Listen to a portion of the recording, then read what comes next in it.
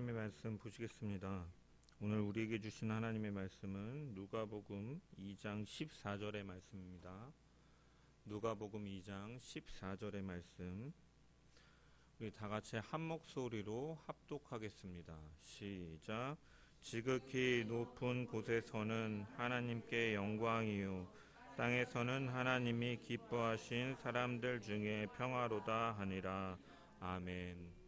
이 시간 귀한 목사님께서 오셨습니다. 우리 소중한 교회를 섬기시고 늘 목회하는 가정 가운데 옆에서 보면 늘 기도하시며 주님의 뜻을 물으며 묵묵히 그 자리를 감당하시는 귀한 목사님이십니다. 오늘 누가복음 2장 14절의 말씀으로 주님께서 기뻐하시는 사람들에게 평화라는 제목으로 말씀 전해 주실 때 많은 은혜 받으시길 바랍니다. 목사님 나오시겠습니다.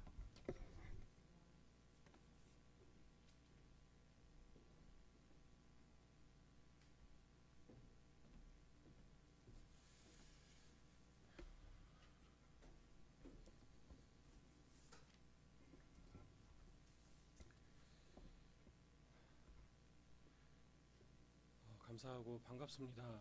저처럼 이렇게 부족한 사람을 하나님이 또 세우셔서 여러분들을 만나게 하시고 또한 말씀을 전하게 해 주신 것에 먼저 감사를 드리고 또한 이렇게 만난 것에 있어서 반갑다는 인사를 잠시 드립니다. 우리 메리 크리스마스로 잠시 인사 나누셨으면 좋겠습니다. 메리 크리스마스, 메리 크리스마스. 감사합니다. 제가 목이 조금 갔는데요. 이게 왜 그러냐면 저희 교회는 좀 특수한 상황이 있습니다. 저희 가정에서부터 예배를 시작을 했고요. 그게 10년째 저희 가정에서 이제 예배를 드리고 있습니다. 또 어떨 때는 성도님의 가정에서 예배를 드리고 그렇게 반복을 했었는데 이 가정에서 드리니까 목청껏 찬양을 못 하는 거예요. 옆집에서 이제 좀 소음의 문제도 있고 그래서 항상 2키 이상을 내려서 찬양을 하고 또한 음이 좀 올라간다 싶으면 목에 힘을 풀어서 찬양을 해야 되거든요. 근데 오늘 여기서 함께 찬양을 하니까 제가 목청껏 찬양하는 게 이게 얼마만인가 싶어서 너무 감사한 나머지 찬양을 하다가 목이 조금 갔습니다. 양해의 말씀 부탁드립니다. 성도 여러분, 우리가 오늘 본문 14절에서 하나님께는 영광이요 땅에서는 기뻐하신 사람들 중에 평화로다라는 이 구절이 무엇인지 아십니까? 이것은 노래입니다. 노래. 누가 하는 노래입니까? 천사들이 부르고 있는 노래의 향연이에요. 이게 믿어지십니까, 여러분? 이 천사들은 어디에서 이 노래를 부르고 있냐면 정말 그 당시에는 직업적으로 상당히 미천하다고 여겨지는 목자들 앞에서 광활한 초원에서 양들이나 있는 그런 곳에서 들을 사람이 별로 없는 곳에서 천사들이 영광스러운 이런 찬양을 부르고 있습니다. 여러분들의 찬양도 비록 광야에 외치는 소리 같겠지만 하나님의 신금을 울리는 찬양일 줄로 믿습니다. 하나님은 그렇다면 오늘 찬양에 천사들이 찬양하는 이 부분을 보면 천사들은 2가지를 찬양합니다. 첫 번째는 하나님의 영광에 대해서 찬양을 하고요. 두 번째는 이 땅에서 하나님이 기뻐하시는 사람들이 있는데 그들에게는 평화를 허락하신다라는 내용으로 찬양을 하고 있습니다. 이것에 대한 내용을 한마디로 말씀을 드리면 성탄절이죠. 예수님이 이 땅에 오셨기 때문에 성부 하나님의 그 약속을 이루기 위해서 아들이신 성자 하나님이 이 땅에 친히 오셨기 때문에 이것보다 더 영광스러운 일이 어디 있겠냐라는 노래를 부르는 거죠. 저의 일을 위해서 저의 자녀들이 나선다면 한편으로는 씁쓸하기도 하겠지만 한편으로는 그것보다 더 기쁜 일이 어디 있겠어요. 저희 어머니도 보면은 제가 잘 되면 여기저기 막 자랑하고 다니시더라고요. 그게 저는 되게 싫습니다. 부끄럽기도 하고요. 하지만 그런 부모의 모습을 저도 이제 배워가고 있다 보니 자녀들이 받아쓰기지만 100점을 받았다 그러면 속으로는 되게 기뻐요. 하지만 내색은 하지 않으려고 노력은 합니다. 제가 싫었으니까 그런 내색을 하지 않는 그런 습관을 들이다 보면 나도 나가서 좀 조심하지 않을까 그런 생각을 좀 하게 되는 거죠. 하나님께 예수 그리스도가 이 땅에 오신 사건이 하나님께 영광이 된다는 것을 다시 한번 생각해 보세요. 성부 하나님의 그 계획을 이루기 위해 성자 하나님이 이 땅에 오신 그 사건, 그것만으로도 하늘에는 영광스러운 사건이 없는 것이죠. 그런데 오늘 저는 그 부분보다는 저와 여러분들에게 초점을 맞추고 싶습니다. 천사들은 노래합니다. 하나님이 기뻐하신 사람들 중에 평화로다. 세번역 성경으로 보면 이 부분을 이렇게 기록을 하고 있어요. 땅에서는 주님께서 좋아하시는 사람들에게 평화로다라고 말합니다. 기뻐한다는 이 표현을 좋아한다라고 번역을 하고 있는 거죠. 그렇다는 거 우리가 어떻게 이해할 수 있습니까? 하나님이 기뻐하시는 사람들은 누구다? 하나님이 좋아하는 사람들이다. 우리는 이렇게 이해할 수 있습니다. 그렇다면 하나님은 어떤 사람들을 좋아하고 어떤 사람들을 기뻐하실까요? 너무나도 분명합니다. 그것은 바로 성도입니다. 저와 여러분들 예수 그리스도를 나의 구주로 믿는 바로 그 성도를 하나님은 좋아하시고 기뻐하십니다. 믿으십니까? 누가복음 15장 7절에서 보면 이런 말씀이 있어요. 이와 같이 죄인 한 사람이 회개하면 하늘에서는 회개할 것이 없는 의인 99으로 말미암아 기뻐하는 것보다 더하도다. 누가 회개할 때 어디에서 기뻐한다고요? 죄인인 우리들이 회개하면서 주께로 돌아갈 때 하나님은 기뻐하신다고 말합니다. 우리가 성도 되었다는 것은 이미 우리가 죄인됨을 하나님 앞에 회개하고 고백한 것 아니겠습니까? 그러므로 저와 여러분들을 하나님은 기뻐하고 좋아하십니다. 또한 이것을 우리는 찬양으로도 부르는데 스바냐 3장 17절 기억하시나요? 너의 하나님 여호와가 너의 가운데 계시니 그는 구원을 베푸실 전능자시라.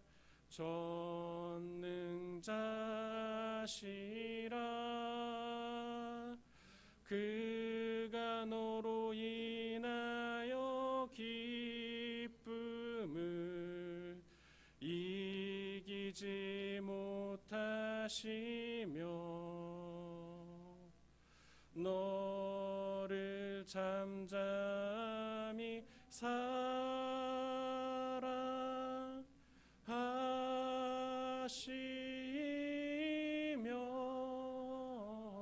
여기까지만 감사합니다. 스바냐 3장 17절에서 말하는 하나님이 정말 기뻐서 어쩔 줄 몰라 하는 대상, 구약에서는 분명히 유대인들을 의미했겠지만 신약 시대를 살아가는 오늘날 누구를 말하냐? 저와 여러분들을 얘기합니다. 오늘 이 시간에 함께 모여서 주님의 탄생을 축하하는 성도들을 의미하고 있습니다. 그러므로 이 시간 우리 모두 기뻐하셨으면 좋겠습니다. 예수님이 탄생하셔서 기뻐해야 되겠지만 그것 때문에 하나님이 나를 좋아하시는구나, 나를 기뻐하고 계시는구나 라는 것을 확신할 수 있게 되었기 때문에 기뻐하셨으면 좋겠습니다. 그런데 하나님은 그런 성도들에게 선물을 하나 더 주신답니다. 하나님이 저와 여러분들에게 선물을 또 주신대요. 그것이 무엇입니까? 본문에서는 평화라고 말합니다. 평강의 왕이시죠. 이사야서 9장 6절에서 말하고 있는 평강의 왕, 바로 그 예수 그리스도를 이 땅에 보내신 그 사건 자체가 바로 너희에게, 저와 여러분들에게 평화로다라고 말씀을 하십니다. 하나님이 기뻐하시는 자들에게는 평화를 선물로 주신다는 거죠. 사랑하는 성도 여러분, 우리는 지금 평화로운 삶을 살아가고 계십니까? 우리는 지금 평화의 시간들을 보내고 계신가요? 예수 그리스도를 믿은 그 처음 영접한 그 순간을 생각해 보세요. 그 전과 그 이후에 우리는 평화의 삶으로, 예전과는 다른 삶으로 변화되었습니까? 저도 오늘 이 자리에 서기 위해서 이 말씀을 준비를 하는데 제 안에 평안이 없더라고요. 왜냐하면 너무 긴장이 되고 떨려가지고 그래서 계속 기도를 하고 있었어요. 오늘 아침까지도 기도하였습니다. 하나님, 제가 평화를 전해야 되는데 제 안에 평화가 없습니다.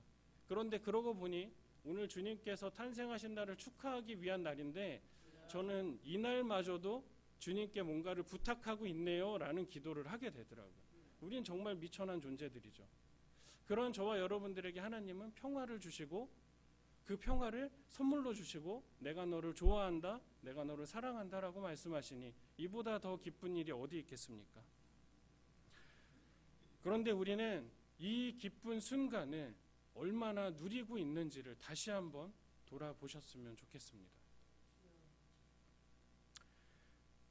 예수 그리스도가 탄생하기 위해서는 두 명의 사람이 필요했습니다. 먼저는 남자와 여자가 필요했을 거예요. 그래서 하나님이 부르신 두 명의 사람이 있습니다. 요셉과 마리아였어요. 이 요셉과 마리아는 정혼한 사이였습니다. 지금으로 말하면 약혼한 사이에 불과하죠. 아직 같이 사는 사이는 아니라는 거예요. 그런데 바로 그 마리아에게 성령께서는 어떤 일을 행하십니까? 성자 예수 그리스도를 잉태하는 사건을 허락하세요. 결혼하지도 않은 여자가 임신하는 사건을 허락하신 거죠. 그랬더니 요셉은 무슨 생각을 합니까? 가만히 끊어내기를 작정합니다. 그 얘기는 뭐냐면 이렇게 헤어져야 되겠다. 왜 그런 생각을 합니까? 그래도 요셉이 착한 사람이라 이 정도 생각을 하는 거예요. 예수님 당시에 간음했던 여인이 붙잡혀온 사건을 기억하시나요? 그때 당시에 잡아왔던 사람들은 무엇을 작정했었냐면 돌 던져서 죽일 작정을 하고 끌고 왔었단 말이죠. 성적으로 부도덕한 거를 받아들이지 못하는 시대였는데 결혼도 하지 않은 여자가 임신을 한다는 것은 평화입니까? 불행입니까? 그런데 하나님께서는 천사들을 통해서 그 둘 사이를 중재하십니다. 요셉에게 찾아가서 야, 이거 내가 한 일이니까 너 이것에 대해서 두려워하지 마. 마리아에게 가서도 하나님이 하실 거니까 믿어라. 둘 사이를 다시 연합시켜 주세요. 요셉의 입장에서는 상당히 불편할 수도 있었겠지만 초자연적으로 등장한 그 천사의 존재, 하나님의 영광을 등에 입은 천사의 존재를 보고서는 믿지 않을 수가 없었겠죠. 의심 반, 진심 반, 뭐 어떤 마음이었는지 모르겠습니다. 하지만 요셉은 마리아와 함께 살기를 다시 한번 작정해요. 여기에서 다시 불행이 평화로 바뀌는 듯하죠. 하지만 그들이 사회적인 상황 때문에 고향으로 돌아가는 상황이 발생합니다. 헤롯이라는 왕이 이제 인구를 계수하기 시작을 하죠. 로마의 치하에 있는 모든 나라의 인구수를 계수하고자 하는 그런 작정을 합니다. 그래서 각자 고향에 가서 세대 등록을 해야 되는 그런 상황인 거예요. 그래서 요셉은 배불러 있는 마리아를 데리고 함께 거기에 갑니다. 성경학자들은 왜 그랬는지 모르겠다는 식의 얘기들을 하더라고요. 왜냐하면 아직 결혼하지 않은 사이니까 마리아 안 데려가도 되는데 요셉이 왜 데려갔을까? 이 부분에 대해서 고민을 하더라고요. 저는 그래서 그 중에 하나를 좀 생각을 하게 되는데 요셉이 의로운 사람이다라고 성경에서 말하였기 때문에 마리아를 지켜주려고 데려가지 않았을까라는 생각에 저도 좀 동의를 하게 되더라고요. 그런데 거기까지도 좋은데 그렇게 많은 사람들이 이제 고향에 한순간에 다 몰려드니 사람들이 미어 터지기 시작하는 거죠. 저의 처가가 부안입니다. 전북 부안. 그래서 명절 때 한번 왕복 한번 가면은 최고 제가 7시간까지도 한번 가봤거든요. 올라오는 길인데 집에 오는데 7시간 걸리더라고요. 그래서 중간에 내려서 이 길가에서 오줌 싸시는 분들의 마음을 제가 통감할 수 있는 시간이었습니다. 그렇게 많은 사람들이 모이는 이 세대 등록하기 위해서 고향에 많은 사람들이 모였는데 그러다 보니까 당연히 숙박이 부족했겠죠. 하지만 그렇게 숙박이 부족한 상황에서도 자기들 잘 자리를 다 구비하는 사람들은 분명히 있었을 거예요. 뭐 돈 많은 사람, 뭐 정치가들, 뭐 그 지역에 유세를 떨칠 수 있는 사람들은 돈이든 권력이든 인맥을 통해서든 따뜻하고 안락한 잠자리를 준비했겠죠. 하지만 요셉과 마리아는 그렇지 못했던 것 같아요. 그러면서 생각하게 되는 것은 이들은 가난했을 거고 사회적으로 영향력도 없었을 거고 그 지역에서 뭐 이름을 댄다고 해서 뭐 영향력을 끼칠 수 있는 뭐 그런 사람들은 아니었던 것으로 생각을 하게 되는 것 같아요. 그래서 그들이 잠자리로 선택할 수 있었던 유일한 곳은 어디였냐? 마구간이었습니다. 얼마나 가난했으면, 얼마나 가진 게 없고, 얼마나 인맥도 없고 백도 없었으면, 예, 자신의 배불러 있는 그런 부인인 마리아를 데리고 마구간에서 자야 되는 상황에 처하겠냐고. 요셉 입장에서 한번 여기에서 생각을 해보세요. 요셉에게 지금 상황은 불행입니까? 행복입니까? 행복입니까? 평안입니까? 그런데 설상가상의 한 사건이 더 터지죠. 마리아가 출산을 하게 되는 거예요. 출산을 해서 아기가 나왔는데 이 아기를 제대로 놓을 곳도 없어서 어디에 놓습니까? 말의 밥통에 놓습니다. 그 아이를 누이는 거죠.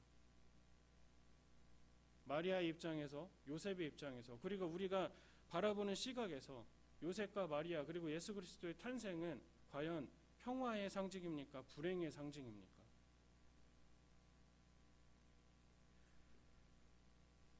동방 박사들이 또 예수 그 하늘의 별을 보고 유대의 왕이 태어났음을 찾아옵니다. 아, 유대의 왕이 태어났구나. 그래 별을 보고 찾아와요. 찾아와서 가장 먼저 어딜 갑니까? 헤롯 왕의 집에 찾아가요. 당연히 그 집안에서 유대의 왕이 태어났을 거라고 생각을 했던 거겠죠. 그렇지 않다면 헤롯 왕이 한 번에 알 수 있는 누군가가 유대의 왕이 출산하였구나라고 생각했기 때문에 권력자를 찾아가지 않았겠습니까? 그런데 동방 박사들이 예수님을 만나고 돌아간 이후에 어떤 일이 발생하나요? 대학살의 사건이 발생합니다. 2살 이하의 모든 남자아이들은 다 죽이는 사건이 등장하죠. 마태복음 2장입니다.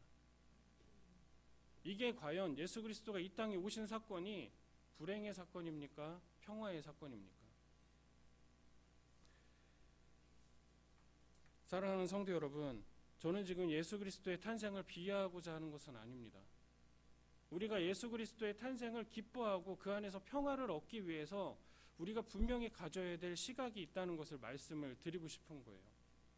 그게 뭐냐면 하나님을 바라보는 것이고 하나님의 나라를 바라보는 것입니다. 이 땅의 시각으로 성경을 바라보면 의심할 것 투성이고요. 받아들일 수 없는 얘기들로 가득합니다.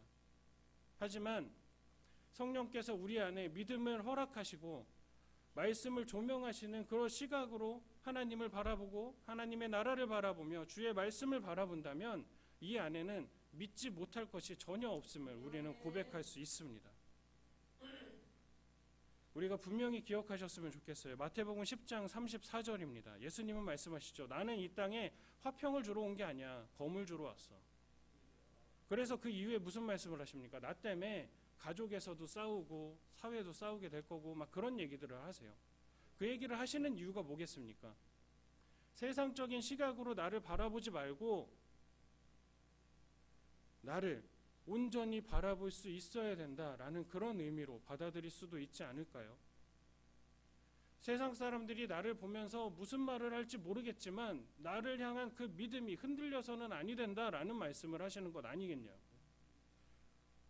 우리가 하나님을 온전히 바라볼 때 우리는 앞에서 말씀드렸고 요셉과 그리고 헤롯, 마리아 모든 사건들이 평화롭게 보이기 시작할 겁니다. 우리의 시선이 하나님의 나라를 향하는 순간에 주님의 탄생이 불행이 아니라 행복의 시작임을 받아들이실 수 있게 되실 겁니다. 예전에 제가 부교육자로 있을 때 한 학생 한 명이 이런 얘기를 질문을 하더라고요. 욥기서를 그때 막 보고 있었는데 욥의 자녀들이 다 죽잖아요. 하나님이 사탄을 통해서 시험을 허락하실 때 욥의 자녀들이 다 죽었습니다. 그 사건을 보면서 그 학생 회장이 저에게 얘기를 하더라고요. 얘네들은 도대체 무슨 죄가 있어서 다 죽어야만 했습니까? 얘네 너무 불쌍하지 않습니까? 라고 얘기를 하더라고요. 우리가 인간적인 시선으로 인본적인 시선으로 주의 말씀을 바라보면 부당하고 불합리한 것뿐입니다. 하지만 우리의 시선이 하나님께 향하고 하나님의 나라를 바라보는 순간 이 모든 시선은 뒤바뀔 수밖에 없어요. 요셉의 죽은 아이들이 욥의 죽은 아이들이 불쌍해 보이는 것이 아니라 영광스럽게 보일 수도 있는 것이죠. 왜요? 하나님께서 그 자녀들을 하나님의 나라로 인도하셨을 수도 있는 것이니까요. 제가 지금 단정지어서 말씀을 드릴 수는 없지만 말이죠. 그러므로 다시 한번 말씀을 드립니다. 우리가 지금 이 시간에 하나님께서 좋아하시는 저와 여러분들이 기쁘고 평안하고 행복한 삶을 살아가기 위해선 우리의 시선이 이제는 바뀌어야 됩니다. 세상적인 사고방식으로 하나님을 보지 말아야 되고요. 나의 인본주의적인 그런 시선으로 하나님의 나라를 바라보는 그런 실수를 이제는 더 이상 범하지 말아야 할 줄로 믿습니다. 하지만 그럼에도 불구하고 우리의 이런 시선을 바꾸는 일은 쉽지가 않습니다. 전혀 쉽지가 않아요. 심리학자 중에서 이런 얘기를 하더라고요. 얼마 전에 보게 됐는데 좀 재밌게 봤습니다. 이쪽 군에는 텀블러를 선물로 준대요. 그리고 이쪽 군에는 초콜릿을 선물로 준다고 하더라고요. 이제 실험을 하는 거죠. 그래서 그 중에서 질문을 한대요. 혹시 내게 마음에 안 들어서 딴 걸로 바꾸고 싶은 사람 있으면 손 들어보세요 라고 얘기를 한대요. 그때 정말 많은 사람들이 손을 들게 되는데 그때 한마디를 한다고 합니다. 지금 말고 강연이 끝난 후에 바꾸세요 라고 얘기를 하고 강연을 쭉 진행을 한다고 하더라고요. 뭐 30분이든 뭐 10분이든 지나겠죠. 그래서 끝나고 나서 다시 한번 물어보면 그때 들었던 사람의 숫자가 거의 절반 이상으로 확 깎인대요. 이제 바꾸고 싶은 마음이 사라졌다는 거죠. 그래서 심리학자들은 이렇게 그 사건을 판단을 한대요. 내가 가지고 있으면, 내가 만지고, 내가 보고, 내 거라고 내가 품고 있으면 그만큼 애착이 생긴다라고 얘기를 하더라고요. 싫은 것도 좋아진다는 거죠. 이게 조금 비유가 좀 그런지 모르겠지만 다들 결혼하셔서 아실 거 아니에요. 좋았지만 싫어졌다가 그래도 같이 사니까 또 좋아지고 뭐 이런 거 아니겠습니까? 저도 저희 사모님 저기 있지만 뭐 좋을 때도 있고 싫을 때도 있는데 늘 같이 사니까 또 좋아지더라고요. 우리가 사람은요 정말 단순해서 이 오감으로 느낄 수 있는 것에 영향을 많이 받는 것 같아요. 내가 만질 수 있어야 내 거라고 느끼고 내가 직접 볼 수 있어야 확신하고 내가 냄새를 맡든 아니면 소리라도 들어야 아 저기 뭐가 있구나라는 것을 확신한다는 거죠. 그런데 신앙생활 오래 하셨기 때문에 분명히 아실 겁니다. 우리의 신앙은 눈에 보이던가요? 귀에 들립니까? 손에 만져지시던가요? 우리의 신앙 안에서 뭐 어떤 분들은 주의 음성을 듣기도 하시지만 그건 정말 특수한 경우잖아요. 우린 일반적인 경우로 보자고요. 하나님이 만져지시고 하나님이 보여지시고 하나님이 느껴지시고 하나님의 냄새가 나십니까? 사랑하는 성도 여러분, 우리는 인간적인 한계를 갖고 있기 때문에 모든 면에서 하나님만 바라보고 하나님의 나라만 바라보는 게 전혀 쉽지가 않은 것입니다. 그렇기 때문에 우리는 날마다 싸우셔야 돼요. 사도 바울도 그러잖아요. 나는 날마다 죽노라. 왜 죽겠어요? 신앙의 길을 끝까지 걸어가기 위해서, 믿음의 길을 완주하기 위해서 그는 인간적인 소욕들을 죽여나가는 그런 시간들을 보냈던 것 아니겠습니까? 또한 요한계시록 13장에서 보면은 하나님이 막 여러 가지 이제 심판을 내리시는데 끝까지 회개하지 않고 하나님께 원망하는 그런 부류의 사람들에 대해서 기록하고 있는 것을 볼 수가 있어요. 그들은 왜 그렇게 하나님의 진노를 받으면서도 하나님을 원망하기만 할까요? 하나님을 믿지 못할까요?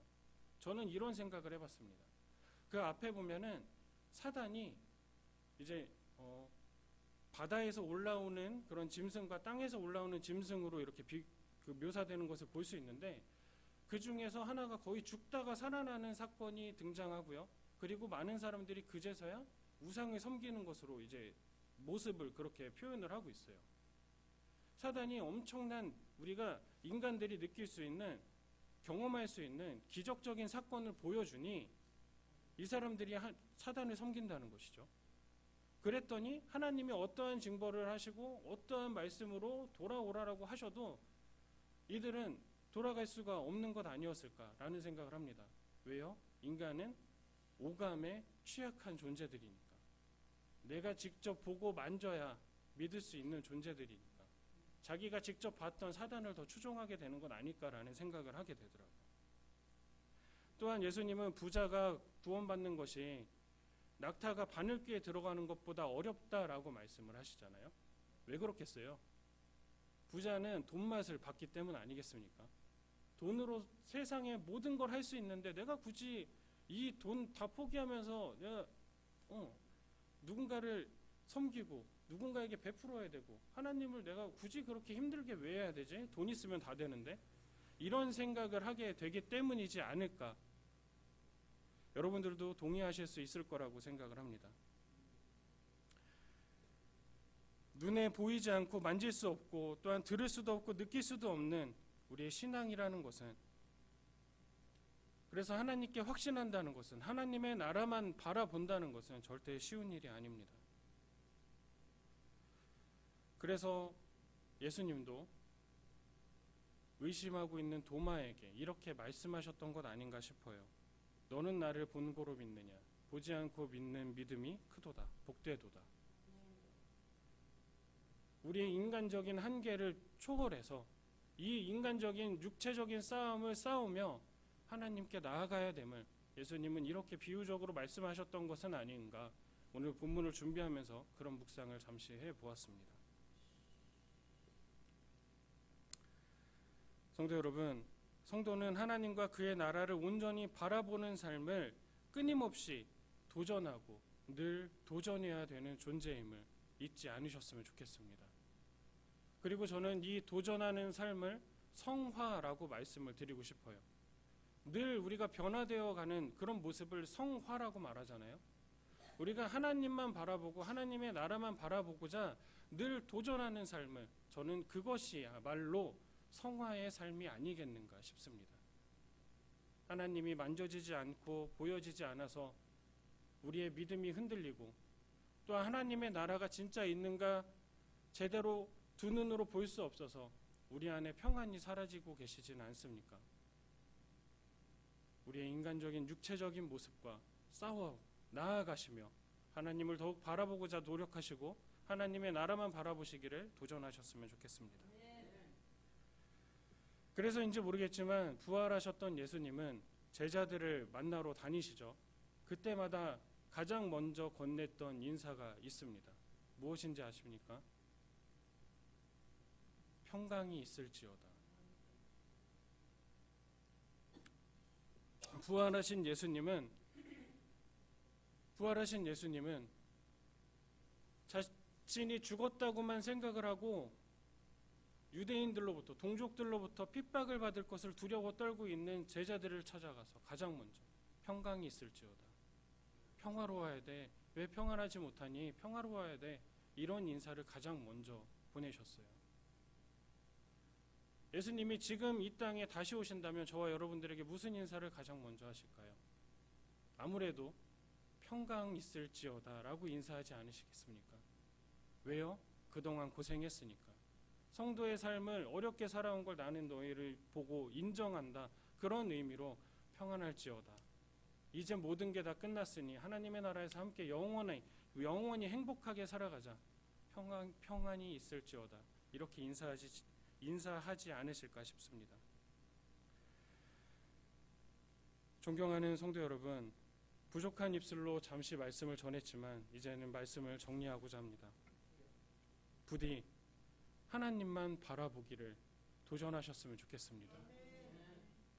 부디 저와 여러분들에게 좋아한다, 기뻐한다라고 말씀하시는 그 하나님만 바라보기를 도전하셨으면 좋겠습니다.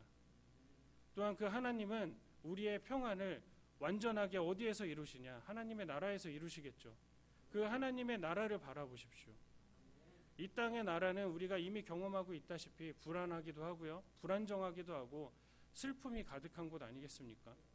하나님의 나라를 바라보시기를 소망합니다. 그러다가 분명히 부족한 저처럼 그 믿음이 흔들릴 때도 있을 것이고, 그래서 평안이 아니라 내가 신앙생활을 하는 것이 맞는가 의심이 들고 불안해지실 때도 있을 것입니다. 그럴 때 낙심하지 마시고 오히려 스스로에게 위로하셨으면 좋겠습니다. 지금은 나의 신앙이 다시 도전받아야 할 때구나. 위로하셨으면 좋겠습니다. 그리하여 하나님의 나라를 바라보는 저와 여러분들, 하나님을 바라보는 저와 여러분들, 예수 그리스도께서 이 땅에 오셔서 선물로 주시고자 하는 그 평안을 온전히 받으시고 누리시는 저와 여러분들이 되시기를 주님의 이름으로 축복합니다. 기도하겠습니다. 하나님, 너무나도 자격 없는 입술이고 부족한 입술이지만 세상의 빛 교회에 보내셨고 또한 주의 말씀을 전하게 하셨으니 이 시간 주님께서 각 심령 가운데에 주의 성령으로 깨닫는 지혜를 허락하신 줄을 믿습니다. 하나님, 제가 사람인지라 다 주의 뜻을 전하지 못하였다면 또한 주의 성령께서 각 심령 가운데에 깨닫는 은혜를 더하실 줄로 믿사오니 예수 그리스도가 이 땅에 오심으로 인하여 우리가 누려야 될 그 평안을 이제는 온전히 누리며 살아가는 저희들 될 수 있게 인도하여 주시옵소서. 감사드리며 예수님의 이름으로 기도합니다.